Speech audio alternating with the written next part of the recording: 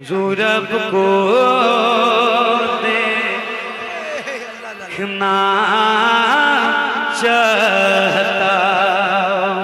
MK Fresh Media, subscribe now. तो इसलिए आपकी महफिल बहुत कामयाब है। जब नीयतें अच्छी होती हैं तो अल्लाह तबारक व तआला उस महफिल में बरकतें अता कर देता है। मौलाना अलाउद्दीन साहब बड़े अच्छे मेहनती ख़तीब हैं। मैंने नक़ीब आज़म हिंदुस्तान मौलाना महबूब गौहर की ज़बानी की तारीफ़ सुनी। मुमकिन है कि आप ये इस्लामिक आवाज़ सुन रहे हैं MK फ्रेश मीडिया की जानिब से। में दो चार मेहमान रहते हैं तो कोई आगे कोई पीछे गुफ्तगू, चूँकि जगे हुए थे तो मैंने थोड़ी देर दो चार जुमले बलियावी साहब की सुन लिया, लेकिन अगर आंख लग गई होती तो मुझको पता भी नहीं चल पाता कि वो क्या बोले नहीं बोले।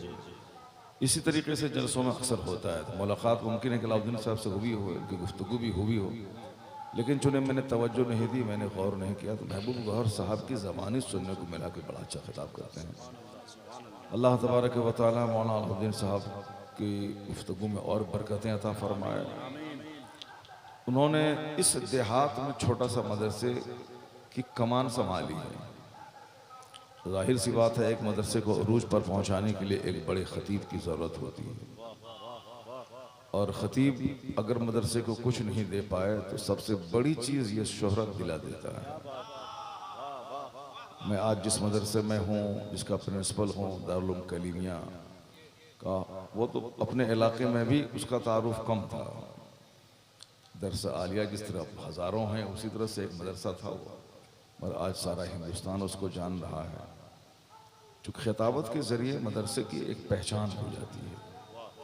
तो अलाउद्दीन साहब मेहनत भी कर रहे हैं। मैंने बहुत सारे मदरसों को देखा महबूब साहब की ज़बानी, मगर मदरसा छोटा है मगर बड़ा खूबसूरत है माशाअल्लाह। लोग अपने घरों में टाइल्स मार्बल नहीं लगाते, और मदरसे में खूबसूरत टाइल से सजा हुआ कमरा, बरामदा मैंने देखा, मुझको बड़ा अच्छा लगा। अल्लाह तबारक व तआला इस मदरसे को तरक्की अता फरमाए। और मदरसा छोटा है, मगर काम कितना बड़ा है कि 4 हुफ़ाज़ कुरान को कौम के हवाले किया गया है। हालांकि अक्सर ऐसा होता है कि मदरसा बहुत बड़ा है लेकिन फारिग बच्चे नहीं मिलते। बच्चे कितने फारिग होते हैं, पता चला कि 10 साल में 5 साल में 1-2 बच्चे फारिग होते हैं। लेकिन मदरसा छोटा है और साहब 4 हुफ़ाज़ कुरान कौम को दे दिए गए। अल्लाह तबारक व तआला इन बच्चों के सीनों में कुरान पाक को महफूज फरमाए, और खूब कुरान पाक पढ़ने, समझने, उस पर अमल करने और दूसरों तक ये पैगाम पहुँचाने की इन्हें तौफ़ीक़ अता फरमाए। आज की गुफ्तगू में चूँकि अल्लाह के वली से मंसूब है ये महफिल, और बिलखसूस ये माह रबीउल आखिर 11वीं का महीना है, और हर तरफ सरकार गौसे आज़म रज़ी अल्लाह तआला अन्हु की विलायत, करामत, उनकी बुजुर्गी, उनकी तालीमात का चर्चा है। तो उनकी ज़िंदगी तो एक अपार समंदर की मानंद है। सारी ज़िंदगी बोलता रहे मगर बंदा थक नहीं पाया। बस साफ लफ्ज़ों में आपने सुना कि जिस तरह सारे पैगंबरों और रसूलों में इमामुल अंबिया वल मुरसलीन मुमताज़ हैं, लाजवाब हैं, उसी तरह औलिया और सालिहीन की सफ़ों में शहनशाह बगदाद का मर्तबा सबसे बुलंद है। क़यामत तक कोई वली नहीं हो सकता जब तक कि गौसे आज़म की उस पर मोहर न लगे। गौसे आज़म रज़ी अल्लाह तआला अन्हु आज भी ऐसी मुश्किल कुशाई करते हैं अल्लाह रब्बुल इज़्ज़त के हुक्म से, अल्लाह के दिए हुए इख्तियारात से, कि आज इधर बंदा गौसे आज़म को आवाज़ लगाता है, उधर मदद पहुंच जाती है। हमारा भी जिंदगी का हजारों बार का तजुर्बा है। एक बार मैं पटना के बाजू जहानाबाद की एक मस्जिद में रहता था, जलसा जुलूस के ताल्लुक से। उस वक़्त हमारी उम्र थी 22-23 साल, फारिग हो चुका था। अपनी ज़िंदगी का पहला जलसा अपनी निगरानी में करवा रहा था। उस जलसे में हज़रत अल्लामा अरशदुल क़ादरी साहब रहमतुल्लाह अलैह को, उसको भी मैंने बनफ़्स नफ़ीस दावत देने में खुद गया था। पहली मुलाकात थी उनसे। उनकी किताबों का मुताला मैं पहले कर चुका था, लेकिन मुलाकात के बाद तबीयत बाग बाग हो गई। और आज सुन्नियों के सीनों में जिन मुहाफिजीन की धमक है उनमें एक आला नाम अल्लामा अरशदुल क़ादी अलैहि रहमत। भले ही लोग खिताबत के बल पे शोहरत पालें, 2 पैसे कमा के साहब पार्लियामेंट पहुंच जाएं या पेट्रोल पंप लगा लें या अपना मकान बना लें या गाड़ी ख़रीद लें, मगर अल्लामा अरशद साहब की खिदमत के मुकाबले में उनकी कोई हैसियत नहीं है। जो आज बड़ी बड़ी बातें करते हैं, अल्लामा साहब का एक ज़लज़ला उनकी 1000 खिताबत पे भारी। क्या बात है। अल्लामा साहब का एक ज़ेरो ज़बर उनके हज़ारों खुतबात पे भारी। उनके खिताबात हुए, पॉलिटिकल काम किया, पैसा कमाया, पहुंच गए संसद भवन, 2-4 पैसे कमाया, लेकिन अल्लामा साहब को आज लाखों उलमा पढ़ते हैं। जो अभी पैदा नहीं हुए हैं वो भी जब पैदा होंगे तो अल्लामा अरशद साहब की तसनीफात का मुताला करके जबरदस्त सुन्नी बन जाए। इतने बड़े मुसन्निफ, इतने बड़े मनाजिर, इतने बड़े आलिम, सुन्नियत का दर्द रखने वाले, सुन्नियत की फिक्र में रोने वाले, ऐसा दर्दमंद खतीब आपको मुबल्लिग और दाई नहीं मिलेगा। मैंने ये बातें एक वजाहत के तौर पर कर दी क्योंकि एक बंदा इस तरह की बातें उन्होंने किया है, इसलिए मैं अगर मेरी बात इस चैनल के हवाले से उस तक पहुंच गई तो उन्हें अपने गरीबान में झांक के देखना चाहिए कि खिताबत का असर कितना महदूद होता है और तसनीफ का असर कितना गहरा और दूररस होता है। आज हम लोग आला हजरत को इसलिए जानते हैं कि अगर वो भी एक आम वली की तरह होते, इंतकाल कर गए होते तो सिर्फ उर्स लगता, चादर चढ़ गई, लेकिन आला हजरत आज हर महफिल की जीनत है और आज हर उलमा किराम की ज़बान पर उनका चर्चा है।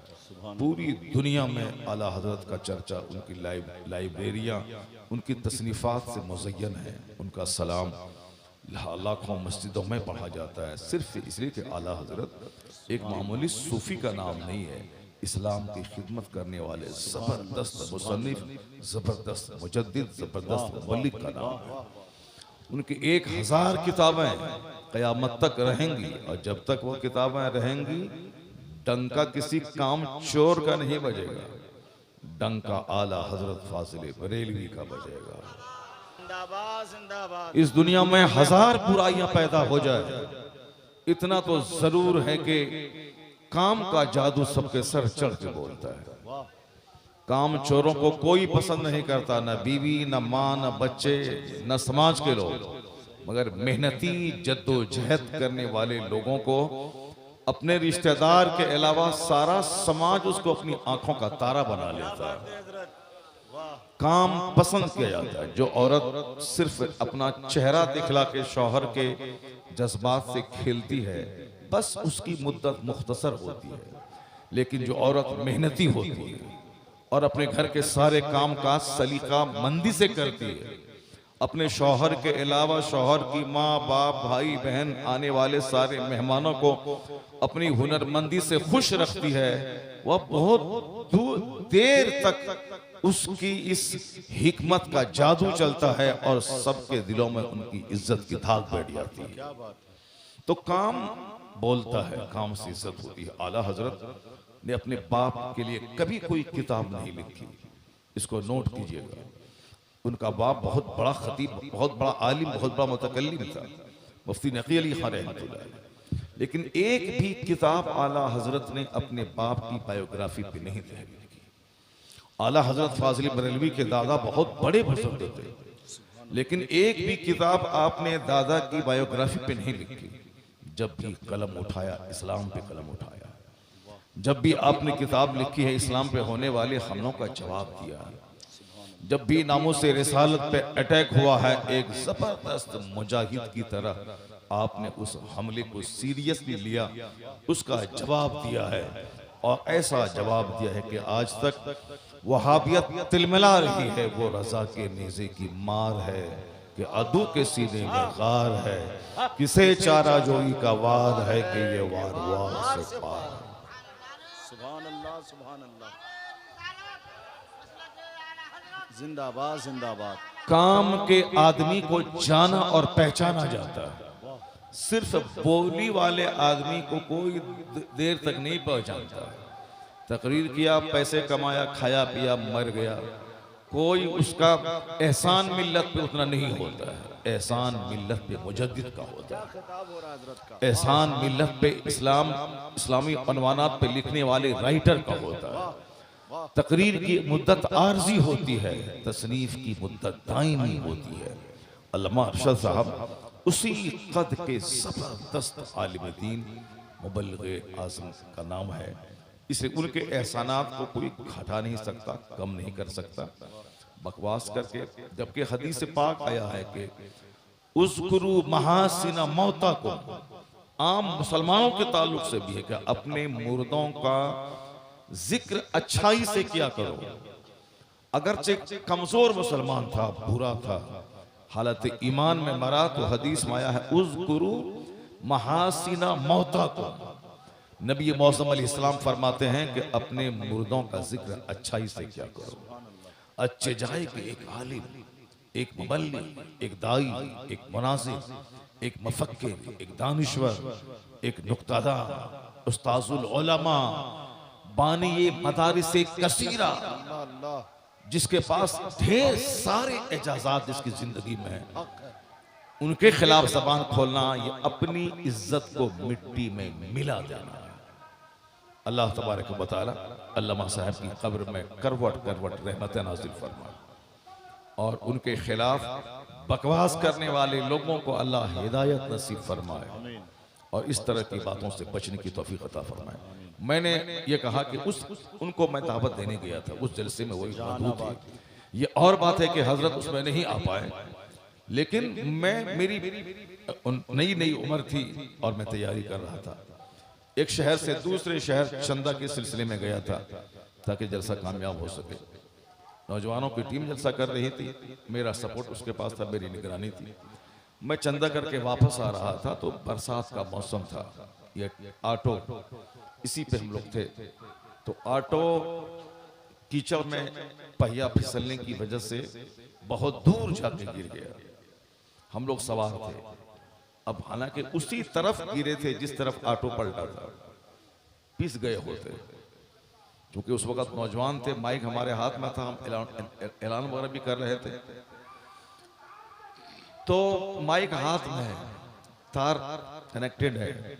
उस वक्त जब ऑटो पलटा और कई पलटन खाया उस ऑटो ने, मगर जैसे ही ऑटो गिरा उस वक्त मेरी जबान पे सबसे पहले या गौस अल मदद था। सुभान अल्लाह, सुभान अल्लाह। या गौस अल मदद, चूंकि बचपन से गुट्ठी में माँ बाप ने गौसे पाक की मोहब्बत पिला दी, आंख खुली ही उस घराने में है जिस घराने में गौसे पाक की फातिहा हो रही थी, जिस घराने में आला हजरत का नाम लिया जा रहा था, जिस घराने में रोजाना महफिल मिलाद हुआ करती थी। इसलिए आज खतीब की हैसियत से थोड़ी सी पहचान है, बचपन में नात पढ़ने वाले की हैसियत से मेरी पहचान थी। गांव की हर महफिलों में नात पढ़ते थे, लोग कहते थे कि शहरियार को बुलाओ, वो नात पढ़ेंगे, बड़ी अच्छी नात पढ़ता था।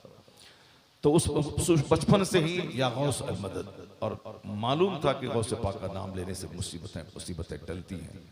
मैं जब देखा कि अब मैं पलट रहा हूँ, मुमकिन है कि पिस जाऊं, जबान पे या गौस अल मदद का जब जुमला निकला तो आप यकीन जाने कि ऐसा लगा जैसे किसी ने उठा के बहुत दूर फेंक दिया हो। वरना अगर आप वहीं गिर गए होते तो ऑटो में दब गए होते, लेकिन ऑटो इस तरफ गया और हम उठा के उस तरफ फेंक दिए गए, कुछ नहीं हुआ, सिर्फ कीचड़ लगी कपड़े में बस, क्योंकि बरसात का मौसम था, सिर्फ कीचड़ लगी, बाकी और कुछ नहीं हुआ। तो इस मेरी जिंदगी का 12 का तजुर्बा है और आपको भी तजुर्बा होगा। जब भी मुसीबत में आप गौस का नाम लेते हैं, मैं तो कहता हूं कि माँ बाप को आप पुकारेंगे तो माँ बाप देर से पहुंचेंगे, लेकिन गौसे आजम उस वली आजम का नाम है कि इधर नाम लिया उधर उनकी मदद बगदाद से पहुंच जाती है, इधर आप नाम लें उधर मदद बगदाद से गौसे आजम की पहुंच जाती है। उस गौसे आजम का चर्चा आज हर तरफ हो रहा है। उनकी जिंदगी का सारा चैप्टर तो मैं नहीं खोल सकता, बस सिर्फ एक चैप्टर में खोलता हूं। जितने लोग यहां मौजूद हैं सारे लोग उसको गौर से सुने कि गौसे आजम रज़ी अल्लाह ताला अन्हु, अगर एक आम वली जिसका हमारे पास तस्वुर रहता है कि वो वली कामिल पहाड़ों की गुफाओं में बैठकर महवे इबादत रहते हैं। वो अपने घर में खानका बनाकर वो घर के अंदर दरवाजा बंद करके जिक्र अस्कार करते हैं, इबादत करते हैं। तो आप ये समझ लें कि अगर ऐसा कोई वली करता है, वो वली सिर्फ अपने फायदे के लिए कर रहा है। क्योंकि मैं 1 करोड़ बार दरूद पढ़ता हूं, उसका फायदा हमको मिलेगा। मैं 1 करोड़ बार कलमा शरीफ पढ़ता हूं, उसका सवाब हमको मिलेगा। मैं तहज्जुद, इशराक, चाश्त, अव्वाबीन पढ़ता हूं, उसका फायदा मुझको मिलेगा। तो आप जितनी भी इबादत कर लें, उसका फायदा आपको मिलेगा। अगर चाहिए बहुत बड़ी बात है, कोई आदमी सारा कारोबार छोड़कर सिर्फ जिक्र इलाही में नहीं लगता है। 5 वक्त बाजमात मस्जिद में नमाज पढ़ना, ये काम भी लाखों आदमी में से कोई करता है। ये काम भी बड़ा है, लेकिन इससे भी एक बड़ा काम है। वो बड़ा काम है कि जिस काम का फायदा हजारों तक पहुंच जाए, जिस काम का बेनिफिट लाखों तक पहुंच जाए, जिस काम का फायदा करोड़ तक पहुंच जाए। तो बंद कमरे में 1 करोड़ कलमा पढ़ने वाला, उसका सारा फायदा उसको मिलेगा। लेकिन जो अवामुन्नास के बीच जो जुमा के खिताब में कुरान और हदीस सुना कर अल्लाह का डर लोगों के दिल में बिठाता है, हुजूर की सच्ची मोहब्बत का जाम पिलाता है, अगर उनकी तकरीर की वजह से 1000 आदमी जन्नती बन गए, 1 लाख आदमी जन्नती बन गए, तो अपना जाती फायदे के लिए करोड़ों सजदा करने वाला आबिद, वो अपना जाती फायदा करने वाला है। लेकिन फराइज व वाजिबात की अदायगी के बाद अम्रे बिल मारूफ करके लाखों करोड़ों को अपने साथ जन्नत ले जाने वाला काम, यह काम करोड़ों सजदों से बेहतर काम है, क्योंकि उस सजदे का फायदा महदूद है और इस अम्रे बिल मारूफ का फायदा लामहदूद है। वाह, सुभान अल्लाह। इसलिए फकीह का मर्तबा बहुत बड़ा होता है, जो दूसरों को बुराई से रोकता है, जो दूसरों तक नेकी का पैगाम पहुंचाता है। तो सरकार गौसे आजम सिर्फ एक इबादत गुजार वली का नाम नहीं है, चूंकि हदीस में आया है कि मर रआ मिनकुम मुनकरन फलयुगय्यिरहु बियदी। इसी हदीस पाक को समझ लें। एक तरफ तो कुरान शरीफ में आया है कि कुंतुम खैर उम्मतिन उखरिजत लिन्नास तअमुरून बिल मारूफ व तनहौना अनिल मुनकर, you are the best community. एक कौम मुस्लिम, तुम बेहतरीन करो, तुम बेहतरीन उम्मत हो, तुम बेहतरीन जमात हो। बेहतरीन वो होता है जिसका काम सबसे बेहतरीन होता है। मॉल बना लेना कमाल नहीं है, फॉर्च्यूनर खरीद लेना कमाल नहीं है, 1000 बीघा जमीन खरीद के फार्म हाउस बना लेना कमाल नहीं है। कमाल है अपना मकसद हयात पूरा करना, जिस काम के लिए मैं पैदा हुआ हूं, अल्लाह की इबादत करना, दूसरों तक खुदा का पैगाम पहुंचाना, खुद नेक बनना, दूसरों को नेक बनाना, दुनिया के आर्जी फायदों से कतए नजर आखिरत के दायमी फायदे पे नजर रखना, यह कमाल की बात है। इसलिए अल्लाह ने कहा, इसमें हमारी क्वालिटी को बताया कि तुम बेहतरीन उम्मत हो। क्वालिटी वो है कि तुम दूसरों को अम्र बिल मारूफ करते हो, अच्छाई का हुक्म देते हो, तुम लोगों को बुराई से रोकते हो। तो अल्लाह ने हमें खैर उम्मा कहा। अब क्वालिटी क्या बता दी कि तअमरून बिल मारूफ व तनहौना अनिल मुनकर। यू बीट वर्चूस, तुम वर्चूस को फैलाते हो, तुम मेरिट्स को फैलाते हो, तुम गुड क्वालिटीज को लोगों में बताते हो, और फॉरबिड वाइसेस, तुम डिमेरिट्स को रोकने की कोशिश करते हो। तुम समाज से एविल सिंस, गुनाह और पाप को दूर करना चाहते हो। तुम्हारा काम यही है। तुम इसी क्वालिटी की वजह से बेहतरीन गिरोह हो। तो खाने पीने वाला खाया पिया मर गए, लेकिन तुम खाने पीने मरने के लिए नहीं पैदा हो गए। मरना तो सबको है ही, सब मरेंगे। कोई खेत में मरता है, कोई एक्सीडेंट में मरता है, कोई शराब पीते मरता है, कोई तवायफ के कोठे पे मरता है, कोई जिम में एक्सरसाइज करते हुए मरता है, कोई नाचते हुए शादी की महफिल में मरता है। मरना तो सबको है, मगर कमाल है वह मौत जो नाचने की हालत में ना आ जाए, जो हालत सजदा में आ जाए। कमाल है वह मौत जो हालत तिलावत में आ जाए। कमाल है वह मौत जो इबादत करते हुए आ जाए। इबादत करते हुए मरना ये कमाल की बात है। तो मरना तो सबको है, मगर कैटेगरीज हैं कि अच्छी मौत कौन मरता है। शहादत की मौत मरना ये सबसे आला दर्जे की मौत है। इसलिए अगर दुनिया के लोग ये कहते हैं कि फिलिस्तीन के बच्चे मर रहे हैं, अगर हमारा कसूर कुछ नहीं है, अगर मैं हक पर हूं और जुल्मन मेरे बच्चे शहीद कर दिए जा रहे हैं, तो उस पर तरस नहीं खाना है, फख्र करना है कि अल्लाह उसे आला किस्म की मौत अता कर रहा है। अल्लाह तबारक व तआला आला किस्म की मौत उसको अता कर रहा है, शहादत की मौत मर रहा है। काफिर चाहे 1000 साल की लंबी उम्र हासिल कर ले, काफिर चाहे 50 खरब एकड़ जमीन जमा कर ले, कुफारो मुशरिकीन यहूदो नसारा चाहे वो दुनिया के 100 से ज्यादा ममालिक पे कब्जा कर ले, पर अंजाम उसका आग है। अंजाम आग है, अंजाम जहन्नम है, अंजाम दोनों जहान की रुसवाई है। मोमिन चाहे किराए के घर में रहे, मोमिन चाहे फुटपाथ पे सोए, मोमिन चाहे 3 टाइम ना खा के 1 वक्त खाए, मोमिन पैबंद वाला कपड़ा पहने, मोमिन अगर ईमान उसका बच गया, ईमान की हालत में मर गया, तो 200 से जायद ममालिक पे हुकूमत करने वाले कुफारो मुशरिकीन से खरबों गुना ज्यादा बेहतर है कि हुकूमत आरजी है। जन्नत जो पहुंच गया, अब जन्नत से निकलना नहीं है, दायमी फायदा उसके लिए। इस पॉइंट पे नजर जिस मोमिन की रहती है, वो मोमिन कभी नर्वस नहीं होता है, वो कभी एहसास कमतरी का शिकार नहीं होता। वह मोमिन कभी दुनियावी दौलत न मिलने की वजह से फिक्रमंद नहीं होता है, कभी नहीं रोएगा जब कारोबार खसारे में चला जाए। लेकिन चूंकि हमारी नजर भी उन काफिरों की नजरों की तरह कमजोर होती जा रही है, इसलिए हमारी नजर भी दौलत, मकान, अच्छा खाना पीना, पहनना ओढ़ना, मॉल, मार्केटिंग कॉम्प्लेक्स बनाने तक महदूद होकर रह रही है। इसलिए हमें भी उसकी सजा मिल रही है। सजा ये मिल रही है कि दौलतों के कमाने के बाद बेचैनी की आग में जल रहे हैं, मकानात की तामीर के बाद मोहब्बतों से महरूम है। आज जो कुछ भी कर रहा है बाजू में, ये मोहब्बत की कमी का नतीजा है। ये काम वो कल भी कर सकता था, वो काम जो कल गुजर गया उस दिन भी वो कर सकता था, लेकिन आज ही करने का मतलब है नफरत, हसद, दुश्मनी, जलन। जब तुम अभी 12वीं शरीफ का जुलूस 3 दिन के बाद तुम निकाल सकता है, फर्ज वाजिब नहीं है कि जिस दिन है उसी दिन किया जाए, भले ही आज ही उर्स का दिन हो, लेकिन फितना मालूम है, फितना कत्ल से ज्यादा बदतर है। अल फितना तो अशद्दु मिनल कत्ल, कुरान में आया है कि फितना कत्ल से ज्यादा सख्त है। ये अल्लाह का कानून है। फितना फसाद करना, मुसलमानों को मेंटली टॉर्चर करना, आपस में नफरत का माहौल पैदा करना, ये मर्डर करने से ज्यादा सख्त गुनाह है। ये मैं नहीं बोलता, कुरान में आया अल फितना तो अशद्दु मिनल कत्ल। फितना करना कुरान में आया है कत्ल से ज्यादा सख्त गुनाह।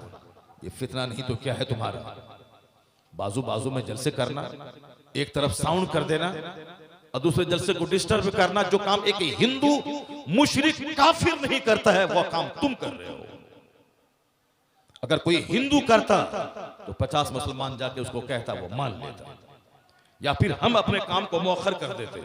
जैसे कि इस बार 12वीं शरीफ के जुलूस के दिन उन सबों का कोई बड़ा त्यौहार था। हैदराबाद में ओवैसी की क़यादत में जो जुलूस निकलता है, उस जुलूस को 3 दिन के लिए मौखर कर दिया गया, जबकि वो सांसद है, 25-30 साल से सांसद है। उनका सारा घराना पॉलिटिकली, उनका बाप पूरी जिंदगी पार्लियामेंट में बैठ करके MP बन करके दुनिया से चला गया। इतने असर रसूख वाला शहर, खानदान और मुसलमानों की मेजोरिटी दबदबा, उसके बावजूद उन दंगों फसाद से बचने के लिए हिंदुओं, गैर मुस्लिमों को साहब इस्लाम की तरफ से बदगुमान होने से बचाने के लिए उन्होंने कहा कि ठीक है, तुम्हारा आज है, हमारा भी त्यौहार आज है, मैं भी कर सकता हूं, लेकिन हम जुलूस कोई फर्ज वाजिब नहीं है, इसको हम कल भी निकाल सकते हैं, परसों भी निकाल सकते हैं। टकराव से, फितने से बचने के लिए जुलूस को मौखर कर दिया गया, जुलूस मोहम्मदी। तो फिर अगरचे किसी वली के उर्स का ही दिन क्यों न रहे, अगर हम दोनों मिल करके या तो एक जलसा कर लें, या फिर दोनों को अलग अलग ही करना है तो अलग अलग दिन कर लें, आज वो कर ले कल कर ले। चूंकि यहाँ अल्लाह रसूल को खुश तो करना है नहीं, जो साहिब कब्र लेटे उनको तो खुश करना है नहीं, यहाँ सिर्फ अपने नफ्स को खुश करना। इसलिए क़यामत के दिन जो बंदा मैदान जंग में शहीद हो जाएगा बज़ाहिर, लेकिन अगर नीयत यह है कि मैं बहादुर कहला जाऊं, तो मुस्लिम शरीफ की हदीस में आया है कि नाक के बल घसीट कर उसको जहन्नम की आग में डाला जाएगा। यह हदीस पाक में आप बहुत छोटी कमजोर हदीस नहीं है, मुस्लिम शरीफ की हदीस में आया है। सहाय सित्ता की हदीस में है कि क़यामत के दिन सबसे पहला जो केस आएगा अल्लाह के सामने, वह केस एक नौजवान का आएगा जो कहेगा कि मैं अल्लाह की राह में शहीद हो गया, इस्लाम और कुफ्र के दरमियान जंग हो गई, उस जंग में वो शहीद हो जाएगा। जाहिर सी बात है सबसे आला मौत हमारी निगाह में है, लेकिन क़यामत के दिन उस नौजवान को अल्लाह कहेगा मैंने तुझको जवानी दी, नेमत दी, ये बता दे कि तुमने इसके बदले में क्या किया। वो कहेगा इलाही मैं तेरी राह में जंग किया, कातल तो फी का हद तस तो शहीद, तो मैंने तेरी राह में जंग की यहां तक कि मैं शहीद कर दिया गया। तो अल्लाह कहेगा कज़ब, तू झूठ बोल रहा, तू इसीलिए लड़ा था मैदान जंग में ताकि तू बहादुर कहला जाए, तेरी बहादुरी का चर्चा हो जाए। अब आप समझ सकते हैं कि इंटेंशन, नीयत का कितना बड़ा दखल है अमल को बर्बाद करने में और अमल को सुधारने में। नीयत थोड़ी सी बहकी 50 हज को पानी में डूबने से कोई नहीं बचा पाएगा। नीयत थोड़ी सी खराब होगी, 1 लाख जलसा करवा लो, 1 लाख जानवर को ज़बह कर दो, 1 लाख मस्जिदों की तामीर कर दो, जहन्नम जाने से कोई नहीं रोकेगा। ये मौलवी नहीं बोलता है, जिस नबी का कलमा पढ़ के तुम मुसलमान बने हो वो नबी मोहतरम की हदीस कह रही है। आका फरमाते हैं कि अल्लाह कहेगा कज़ब, तू झूठ बोला, तुमने इसलिए मैदान जंग में जाके जंग की जदाल किया कि तू बहादुर कहला जाए, तो फकद कील, तू कहला गए दुनिया में बहादुर, तो दुनिया में तेरा चर्चा हो गया। अब चूंकि मेरे लिए तुमने गर्दन नहीं कटाई थी, इसलिए मेरे यहाँ आज तेरा कोई हिस्सा नहीं है। मुंह के नाक के बल घसीट कर फरिश्ते उसको जहन्नम की आग में डाल रहे। हजरत अमीर मुआविया रज़ी अल्लाह ताला अन्हु जब इस हदीस पाक को सुनते और बयान करते थे, इतना रोते थे कि दाढ़ी भीग जाती थी, और कहते थे जब इतने बड़े बड़े लोगों का ये हाल होगा तो आम आदमी का क्या हाल होगा। गर्दन कटा दी अल्लाह की राह में, फिर भी गए जहन्नम में। क्यों? नीयत अंदर से अच्छी नहीं थी, नीयत थी शोहरत की, वाहवाही की, लोगों की जबान पे मेरी बहादुरी का चर्चा हो जाए। उसी तरह दूसरा शख्स आएगा जो बहुत अल्लाह ने माल दिया होगा, अल्लाह एक एक माल को याद दिलाएगा, ये बता दे कितना इतना माल मैंने दिया, उसके बदले में तुमने क्या किया। कहेगा इलाही मां तरक तो सबीलन, मैंने कोई रास्ता नहीं छोड़ा, यहां तक कि मैंने उस रास्ते में खर्च किया जिस रास्ते में खर्च करना तुझको पसंद है। मस्जिद बनाई, मदरसा बनाया, इफ्तार पार्टी दिया, गरीबों मिस्किनों को कपड़े दिए, बीमारों का इलाज करवाया, जाने जिन जिन रास्तों में खर्च करके तेरी खुशी तलाश की जा सकती है, मैंने सारे रास्तों में खर्च किया। अल्लाह कहेगा कज़ब, तू झूठ बोल रहा है। अब आप समझ सकते हैं, एक बोरी सीमेंट दे के ऐलान करवाने वाले, ऐलान नहीं हुआ तो रूठ जाने वाला, 1000 चंदा जलसा में दिया, कुर्सी नहीं मिली तो अब सब दिन जलसा चंदा न देने की कसम खाने वाला, हमको ज़कात ही देना है, मैं किसी मदरसे में दे दूंगा, आपके मदरसे में क्यों दूंगा, मैं वहां गया आपने कुर्सी नहीं दी, मैं वहां गया आपने इज्जत से हमको नहीं पूछा, तो ज़कात फर्ज है हम अदा करेंगे, मैं आपको नहीं देंगे, दूसरे मदरसे को दे देंगे। इसका मतलब ज़कात देकर उसका इनाम अल्लाह से नहीं पाना है, दुनिया ही में कुर्सी की शक्ल में पा लेना है, दुनिया ही में इज्जत की शक्ल में पा लेना है, दुनिया ही में चर्चा की शक्ल में पा लेना है।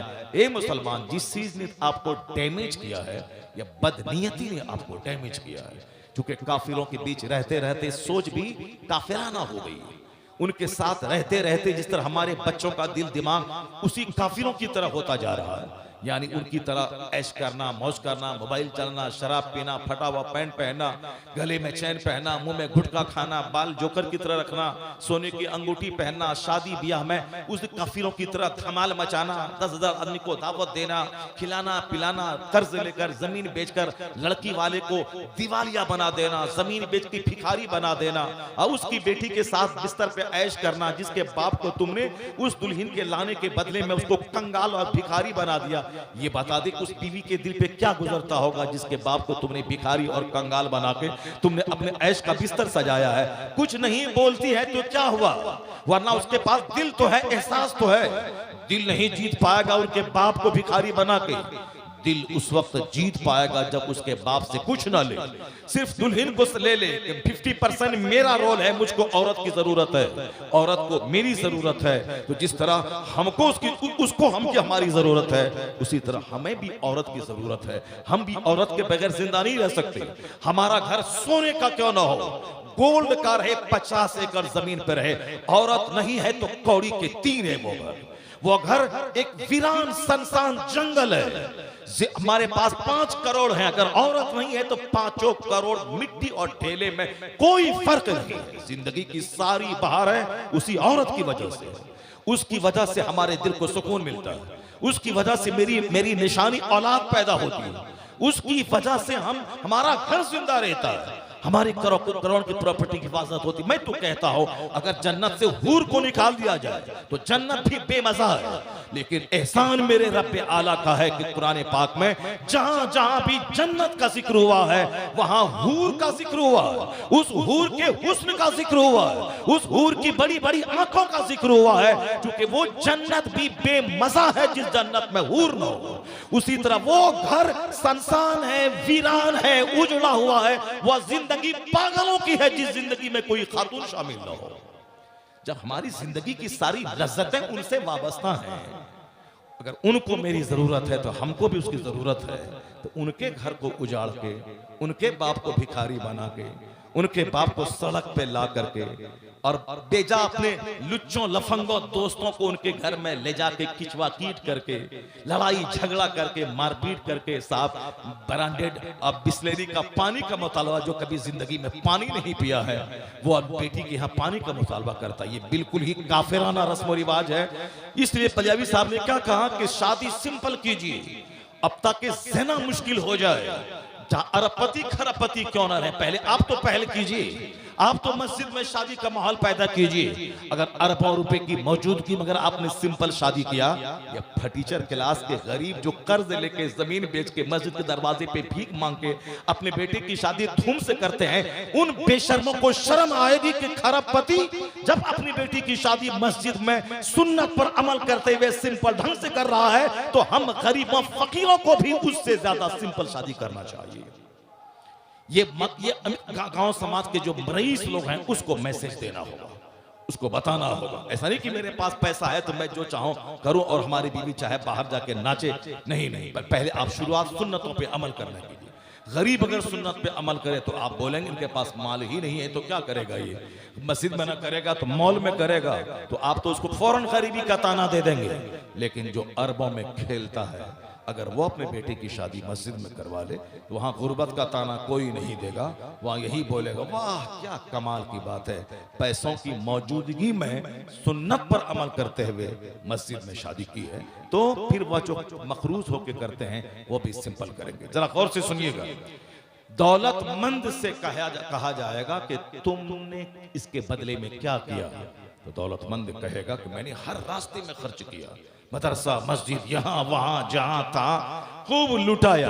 अल्लाह कहेगा झूठ बोलता है, तुमने इसीलिए खर्च किया है ताकि तुझको सखी कहा जाए, तू सखी है, दुनिया में तुझको सखी कहा जाए। फकद कील, सखी कहला गए दुनिया में, चूंकि तुमने मेरी मोहब्बत में मेरे लिए सवाब की नीयत से तुमने मुझको खुश करने के लिए नहीं किया था, इसलिए आज हमारे यहाँ तुम्हारी उस नेकी का कोई बदला नहीं है।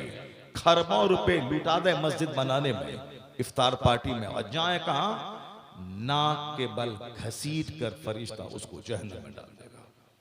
ये लफ्ज आया है हदीस पाक में, सुहीबा, यानी उससे नाक के बल घसीटा जाएगा, उसे जहन्नम की आग में डाला जाएगा। इसलिए जो चीज फर्ज है उसको फर्ज समझिए, जो बेहतर है उसको बेहतर समझिए। काफिरों के बीच रहते रहते काफिराना सोच मत पैदा कीजिए। अक्लमंद वो नहीं है कि जो काफिरों के बीच रह करके गोबर को पाक समझने लगे। अक्लमंद वो है जो कीचड़ों में रहने के बावजूद भी अपने दामन को कीचड़ों से बचाने की कोशिश करे। अक्लमंद वो है जो सिनेमा हॉल के बाजू में घर है फिर भी 1 मिनट सिनेमा हॉल में न दे, बाजार में घूमने के बावजूद निगाहों को कंट्रोल में रखे। अगरचे माहौल हमारा मुशरिकाना आसपास का है, लेकिन जिस तरह हमारे बाप दादाओं ने अपना ईमान, अपना अकीदा सब कुछ बचाया, उसी तरह उनकी नस्लों को भी बचाना चाहिए। उनकी बोली नहीं बोलना चाहिए, उनका लिबास नहीं पहनना चाहिए, हर चीज में जो हमारे पैगंबर ने कहा उसका फॉलो करना चाहिए। अब नीयत बदली, करोड़ों खर्च करने के बाद भी जहन्नम चले गए। तीसरा शख्स जिसको बुलाया जाएगा वो होगा कौन? जिसको अल्लाह ने इल्म दिया होगा, जिसको अल्लाह ने इल्म दिया होगा, जो आलिम होगा। अल्लाह कहेगा कि मैंने तुझको इल्म दिया, तुमने उसके बदले में क्या किया? वो कहेगा इलाही मैंने मकतब में पढ़ाया, मदरसे में पढ़ाया, मस्जिद में खिताब किया। अल्लाह कहेगा तूने झूठ बोला, तुमने इसलिए इल्म हासिल किया था कि ताकि लोग तुझे आलिम कहें, तुम्हारी शोहरत हो गई दुनिया में, तुमने मेरे लिए इल्म हासिल नहीं किया था कि मैं हराम और हलाल को पहचानूं, हक बातिल को पहचानूं, मैं अपने रब्बे करीम को खुश करूं, मैं अल्लाह रब्बुल इज्जत की रजा के लिए मैं काम करूं। नहीं, तुम तो नाम और नमूद के लिए तुमने पढ़ा था, जाओ दुनिया में आलिम कहला गए। हमारे लिए चूंकि तो पढ़ा नहीं था, इसलिए आज हमारे यहाँ उसका कोई बदला नहीं है। अल्लाह तबारक तआला हुक्म देगा, फरिश्ते फिर उसे मुंह के बल घसीट कर जहन्नम की आग में डाल देंगे। इन 3 लोगों का, 3 गिरोह का चर्चा इस हदीस पाक में है।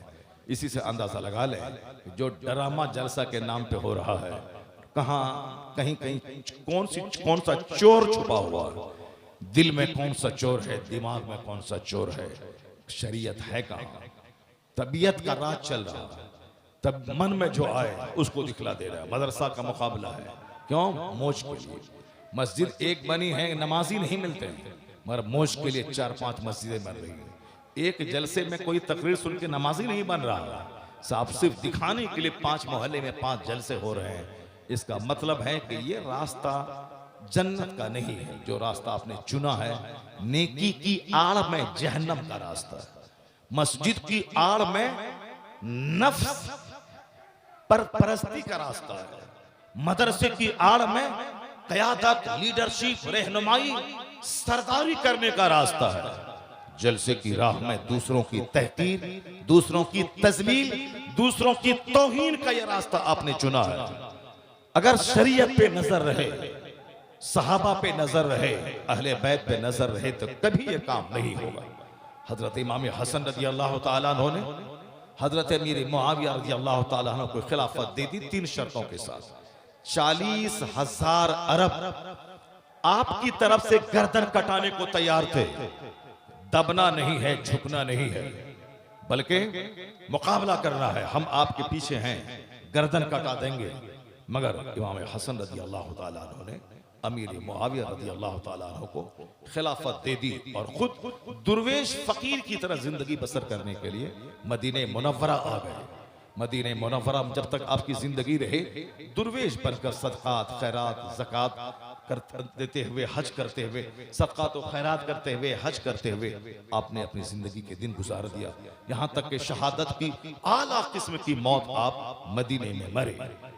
आपने अमीर मुआविया रज़ी अल्लाह अन्हु को खलीफा बनाया था। जो लोग अमीर मुआविया को गाली देते हैं वो जान लें कि अमीर मुआविया रज़ी अल्लाह तआला अन्हु अगर मुजरिम हैं तो उनसे बड़ा मुजरिम इमाम हसन रज़ी अल्लाह तआला अन्हु हैं, जिन्होंने 40,000 अरब की मौजूदगी में खिलाफत हजरत अमीर मुआविया को दे दी।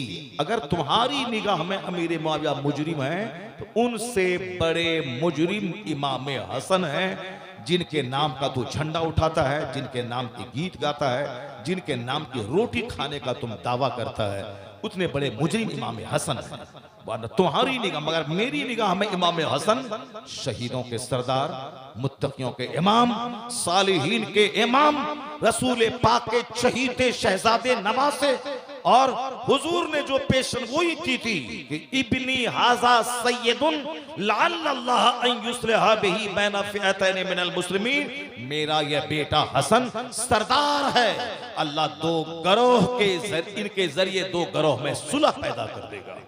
मेरे नजदीक इमाम हसन की अहमियत बहुत बड़ी है।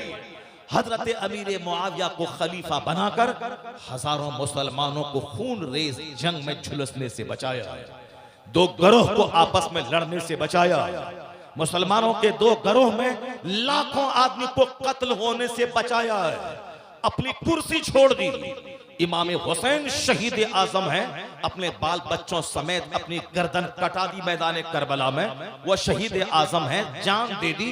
मगर इमाम हसन की कुर्बानी किसी माना कर इमाम हुसैन से कम नहीं है, क्योंकि पास एंगल से जान दे देना आसान है मगर कुर्सी छोड़ना मुश्किल है।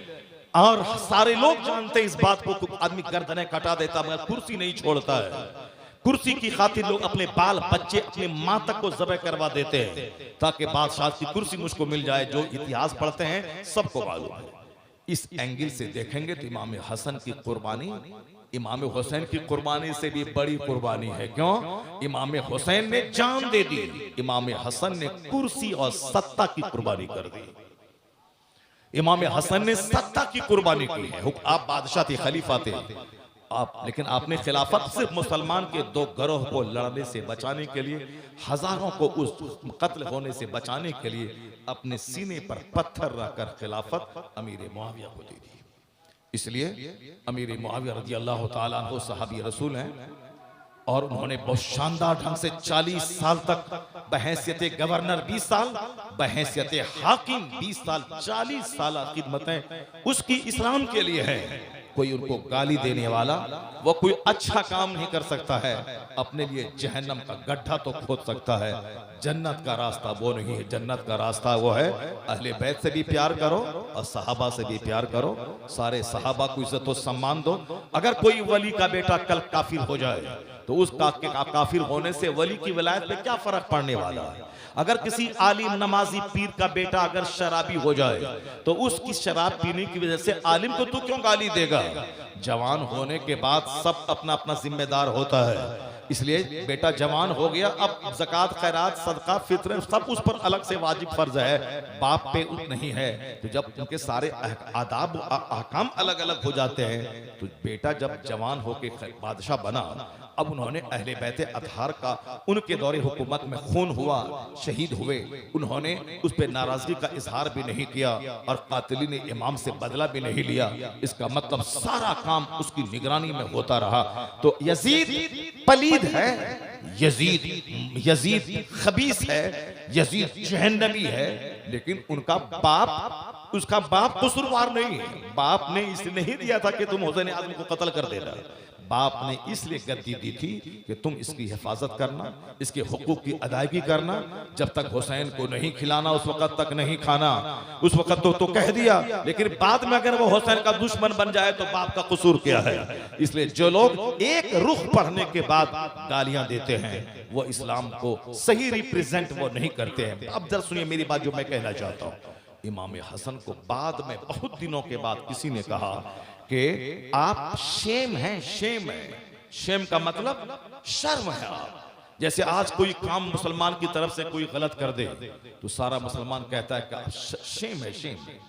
शेम का मतलब शर्मिंदा, आपने अपनी पूरी कौम का ख्याल नहीं किया, आप हमारे लिए शर्म है। जब कोई बड़ा काम कोई कौम का करता है, गांव का करता है, लोग कहते हैं ये हमारे लिए फख्र की बात है, ये हमारे लिए फख्र है। लेकिन अगर कोई गलत और घिनौना काम करता है तो आप कहते हैं ये हमारे लिए शर्म की बात है। Shem Shem Shem. तो इमाम हसन को लोगों ने कहा शेम।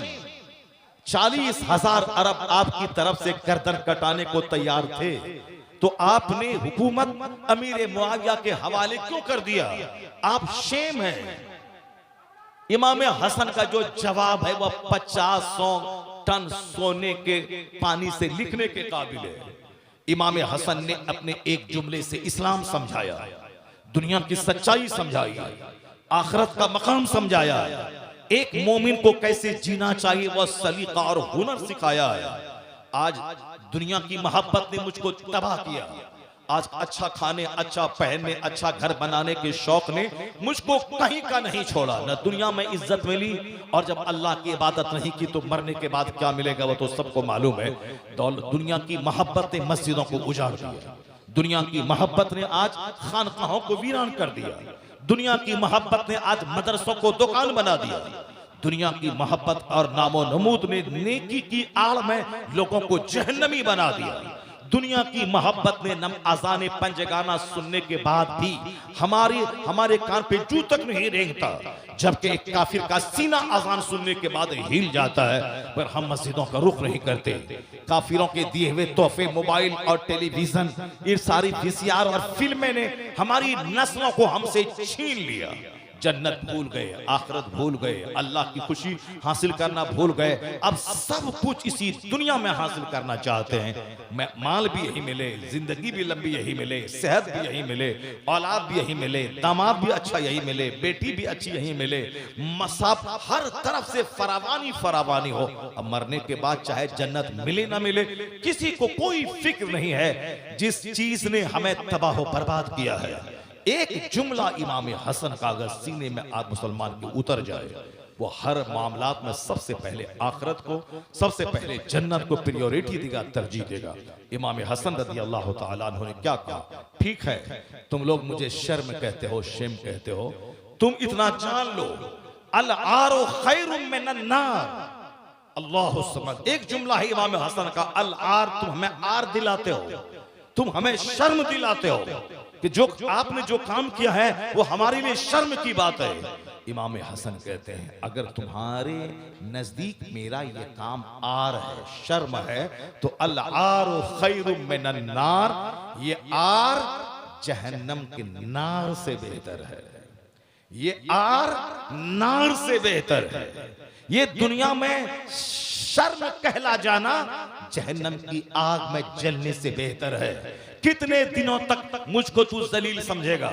अगर शेम शेम कह के मुझको तू जलील कह रहा है, कितने दिनों तक? 2-4 दिन, 2-4 साल तक। मगर अगर मैं मूंछ पे अड़ा रहूं और मुसलमानों को कत्ल करवा दूं, ये बता दे कि मुस्तफा अगर पूछे क़यामत के दिन में क्या जवाब दूं? और अगर मेरी इस वजह से अगर मैं जहन्नम में चला जाऊं तो फिर मेरा क्या बनेगा? इसलिए इमाम हसन ने कहा, अल आरो खैरुम मिनन नार, यानी अगर तुम्हारे बकौल ये आर है तो समझ ले कि आर नार से बेहतर है। इसलिए हर मुसलमान इस जुमले से नूर हासिल करते हुए, जब भी दुनिया और आखिरत में टकराव हो कि दुनिया लूं या आखिरत, दुनिया की खुशहाली लूं या जन्नत, तो इमाम हसन के कौल की रोशनी में हर मुसलमान को चाहिए कि दुनिया के सुख, चैन, सुविधा और झूठी इज्जत को ठोकर मार दे और आखिरत की दायमी और परमानेंट इज्जत को गले लगा ले। अगर झूठ बोलकर 1 करोड़ कमाया जा सकता है और 1 करोड़ का महल तामीर किया जा सकता है, तो ये याद रख ले कि अगर ये महल इस दुनिया के चंद दिन के लिए है और आखिरत झूठ बोलने से नहीं मिलेगी वहां की नेमत। इसलिए मुसलमान होने के नाते अगर झूठ बोलकर करोड़ों कमाया जा सकता है, तो इस झूठ पे, इस करोड़ों कमाई पे पाखाना कर दे, लात मार दे, थूक दे, क्योंकि इस कमाई आरजी है, इसका फायदा टेम्पररी है। और अगर सच बोलकर 1 टका कमाता है तो झूठ बोलकर 1 करोड़ कमाने से बेहतर है, क्योंकि सच का अंजाम जन्नत है, खुदा रसूल की खुशनुदी। सुभान अल्लाह, सुभान अल्लाह। तो इमाम हसन का एक जुमला नूर से भरा, फुल ऑफ लाइट है, रोशनी से भरा हुआ है। मगर चूंकि हम लोग सिर्फ जाहिर पे नजर रखते हैं, इसलिए हम लोग इमाम हसन, इमाम हुसैन से रोशनी हासिल नहीं करना चाहते। झंडा उठाया, अखाड़ा उठाया, फर्जी करबला, फर्जी इमाम बाड़ा, हाय हुसैन, हाय सकीना किया। बाकी सकीना मुकद्दसा की जिंदगी से जो हमें पैगाम मिल रहा है, हया का, पर्दे का, मुसीबतों पे सब्र का, लाशों के अंबार पे भी नहीं घबराने का, हक की खातिर कुर्बानियां देने के बाद भी अफसोस नहीं करने का, एक तालीमात का भंडार है जो इन शहीदों और इन मुकद्दस शहजादों की जिंदगी से मिल रहा है। और हमने उस तालीमात को ताक पर रखकर उसे काफिरों के त्योहार की तरह हमने एक त्योहार बना दिया। काफिरों का त्योहार है शराब पीना, उनका त्योहार है नाचना, उनका त्योहार है गाना, उनका त्योहार है अय्याशी करना। चाहे कोई भी त्योहार हो, नाम मैं नहीं लूंगा, उसको तकलीफ हो जाएगी, लेकिन जो भी त्योहार जरा उसको झांक के अपने करीबान में देख ले। चाहे जो त्योहार हो, हर त्योहार में शराब, हर त्योहार में चंदा करना, शराब पीना, हर त्योहार में नाचना गाना, हर त्योहार में रिकॉर्डिंग बजाना, रिकॉर्डिंग यही पूजा है, रिकॉर्डिंग ही पूजा है। रिकॉर्डिंग बजाए वही पूजा हो गया। उसी का देखा देखी मुसलमानों ने भी अभी रिकॉर्डिंग शुरू कर दिया। हमें सजदा करना था, रिकॉर्डिंग बजा रहे हैं। हमें इबादत करनी है, रिकॉर्डिंग बजा रहे हैं। हमें 10 बार दुरूद पढ़ना था, हम रिकॉर्डिंग बजा रहे हैं। हम साहब रिकॉर्डिंग हम उसी से सीखा, चूंकि उसके मंदिरों में भी रिकॉर्डिंग बजता है। वहां कोई इबादत करने वाला मंदिर में तो कोई जाता नहीं है, बस रिकॉर्डिंग सुबह 3 बजे से बजाना शुरू किया। चाहे जिसकी नींद खराब हो, रिकॉर्डिंग बज रहा है, पूरा मोहल्ला गनगना रहा रिकॉर्डिंग की आवाज से। तो तुम भी जो वही रिकॉर्डिंग बजा के त्योहार मनाएगा और शराब पिएगा चंदा करके मुहर्रम में, फिर तेरा क्या हाल होगा। जबकि ईद का दिन त्योहार का है, लेकिन ईद के दिन हमारी नमाज बढ़ जाती है। रोजाना 5 नमाज, ईद के दिन 6 नमाज। क्यों? रोजाना फजर, जोहर, असर, मगरिब, ईशा। ईद के दिन एक नमाज अलग से वाजिब हो गई, ईद उल फित्र की। ये बताइए, हमारा त्योहार आता है तो नमाज बढ़ जाती है।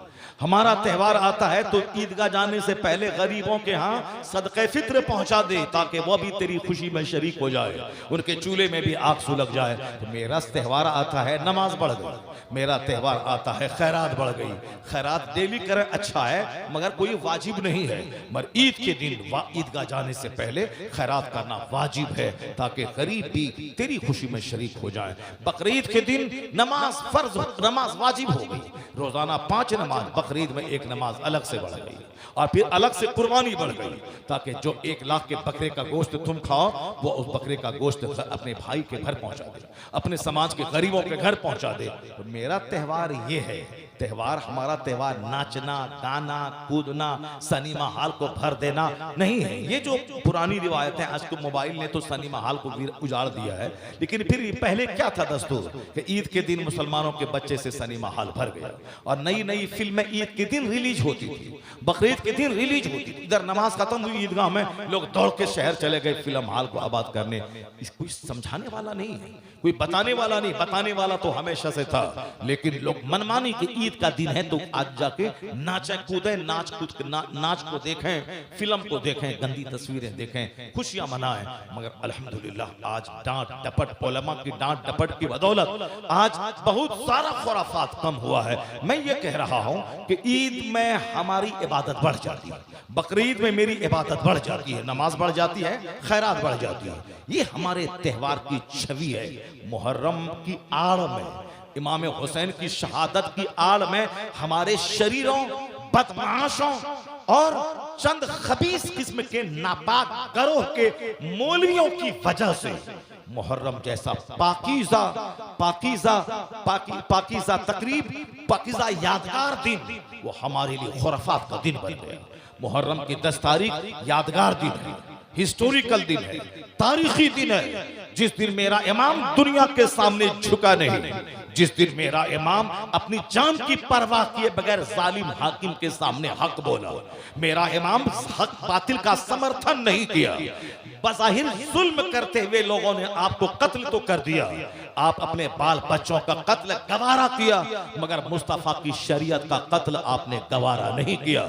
आपने दीन को कत्ल होने से बचाया। तो आज का वो दिन था कि मुसलमान कसम खाता कि हम भी अल्लाह की खातिर जान दे देंगे, अल्लाह की खातिर माल की कुर्बानी करेंगे, चाहे दुनिया पे आफत आए आखिरत को लूटने से बचाएंगे।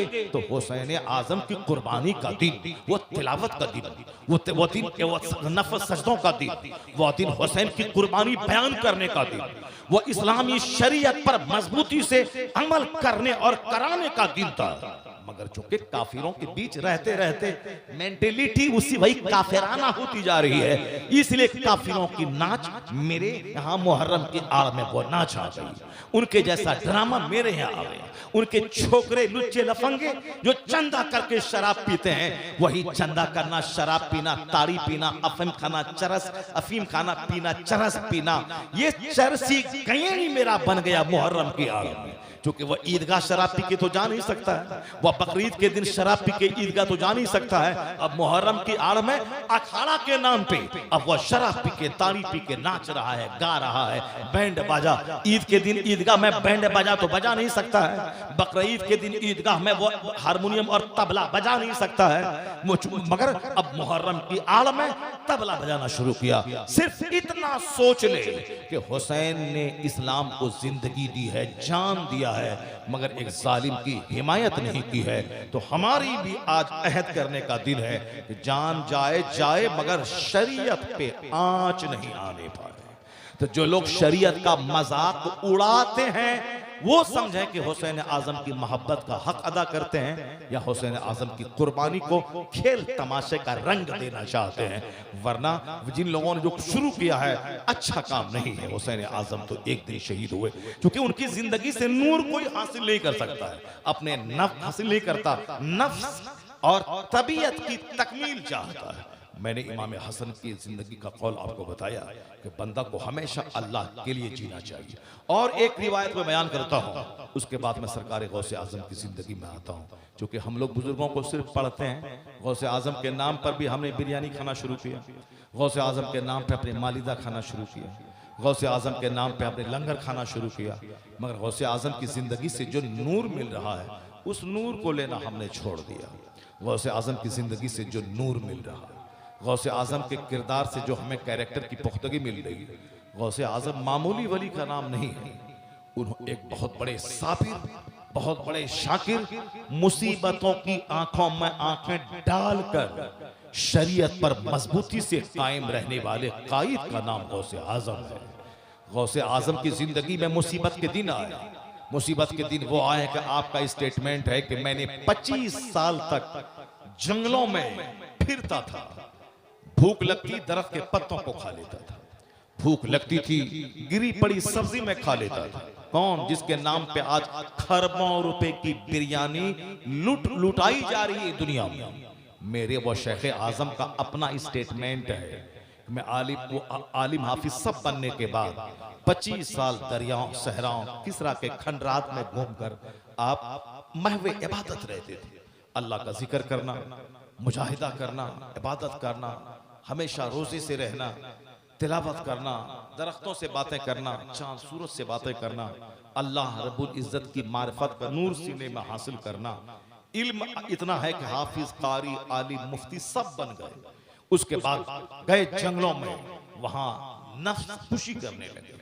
ये सबसे बड़ी चीज है, इबादत, रियाजत, मुजाहिदा, अपने नफ्स को कुचलना, नफ्स को मारना, नफ्स को दबाना।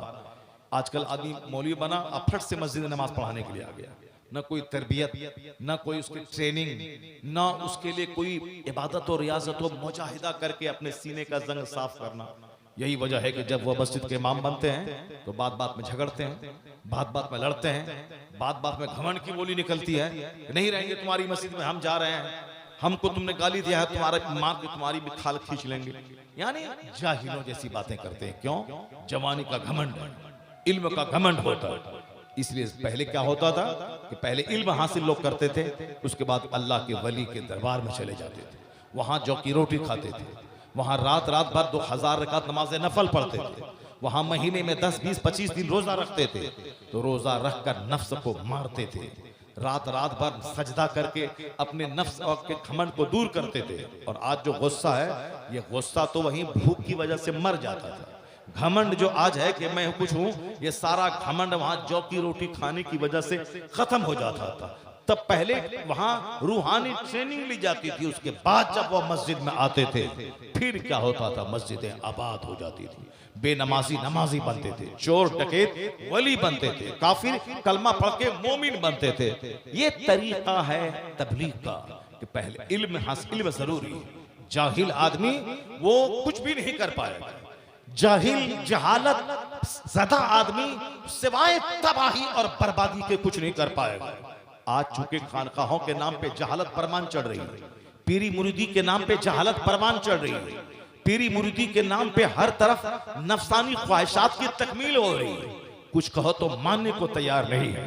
अजमेर का जाहिल मुजाविद जो पांव में लोहे का कड़ा बांधता है, उसको आप कुरान हदीस खोल के बताएं, मानने को तैयार है, चूंकि वो 2 रोटी की उससे वाबस्ता है। देवा शरीफ के मोटे मोटे मुजाविर पीला वाला, उसको कहिए कि ये क्या ड्रामा तुमने रचा है साहब, लुंगी पीली, चादर पीली और वो सर नंगा, ये काम तो हालत एहराम का है। जब बंदा हज के लिए जाता है, एहराम बांधता है, तब वहां नंगे सर वो रहता है, पाँव में जूता नहीं पहन सकता है, वो तो वहां एक मखसूस हालत है। और ये इस हालत में यहाँ पे अब वहां होली खेला जा रहा है। वहां साहब जो आदमी नफ्स को मार देगा, एहराम बांध लेगा, वो आदमी मोटा ताजा होगा। जो नफ्स को मार देगा, दुनिया को छोड़ देगा, फकीर बन गया, वो तो सूख के कांटा दुबला पतला हो जाएगा। उसको तो जिंदा रहना, अल्लाह की इबादत करनी, लेकिन यहाँ खा खा के तोंद ऊंचा कर लेना, इसका मतलब है एहराम के लिबास की आड़ में नफसानी ख्वाहिशात की तकमील करना, अपने नफ्स की बात मानना।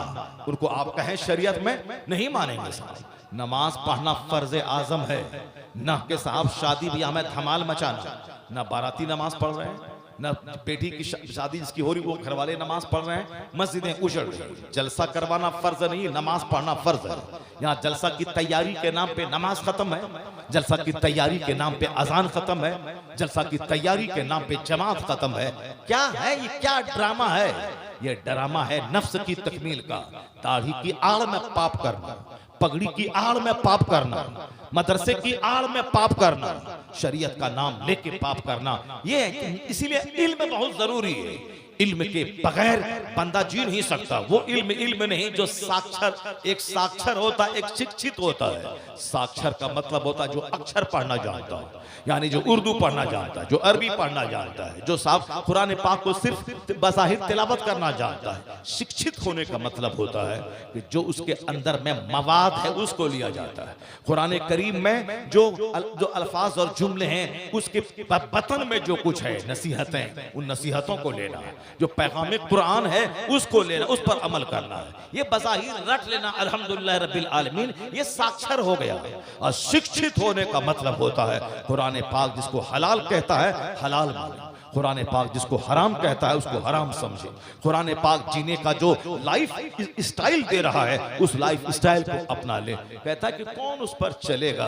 अब बज़ाहिर लिया, छोड़ दिया, ABCD लिया, और ABCD की पेट से जो हमें डायरेक्शन मिलता है उस पर कोई अमल नहीं कर रहा है। क ख ग लिया, और क ख ग मिलने के बाद जो किताब बनती है उस किताब में जो हमारे लिए मार्गदर्शन है उस पर कुछ नहीं है। आजकल साक्षर है लोग, यानी पढ़ना लिखना जानते हैं, लिखना फॉर्म भरना जानते हैं, बैंक का साफ स्लिप भरना जानते हैं, ये रेलवे स्टेशन का स्लिप भरना जानते हैं।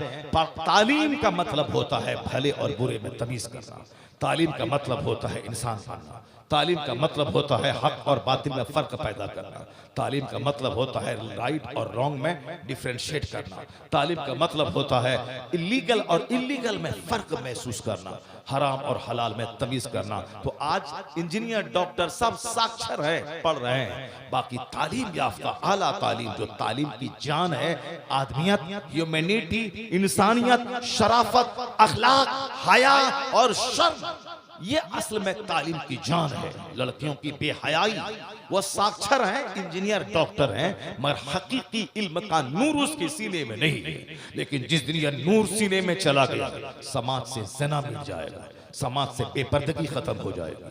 आरजी मेडिकल कॉलेज कलकत्ता के प्रिंसिपल का एक डॉक्टर के साथ रेप करने का ये माहौल खत्म हो जाएगा। इसलिए एक होता है साक्षर होना, एक होता है शिक्षित होना। साक्षर और शिक्षित का मतलब यही है बज़ाहिर पढ़ना लिखना आ जाना, और एक है उस इल्म के नूर से फायदा हासिल करना। तो सरकार गौसे आजम हाफिज, कारी, आलिम, मुफ्ती सब बने, जबकि वो मदरसात वली थे। लेकिन सिस्टम पे अमल करना होगा। माँ के पेट से वली पैदा हुए थे, उसको पढ़ने की क्या जरूरत थी? उसको कुरान पाक हिफ्ज़ करने की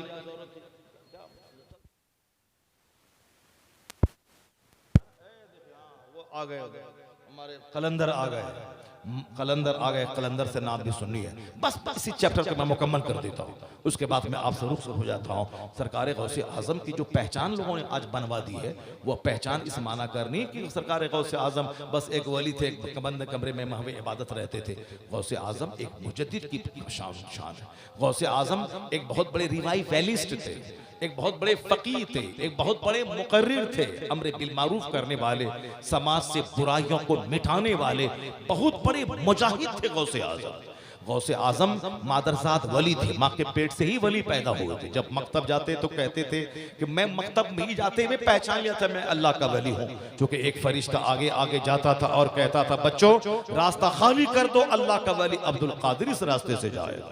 जब मकतब पहुंचते थे तो कहते थे बच्चों जगह दे दो, या अल्लाह का वली अब्दुल कादिर बैठेगा। मादरजात वली थे। पैदा होते ही रमजान का पहला दिन जब देखा तो आप पूरा महीना दिन में सुबह सादिक से गुरूब आफ्ताब तक आप दुम्मा का दूध नहीं पीते थे।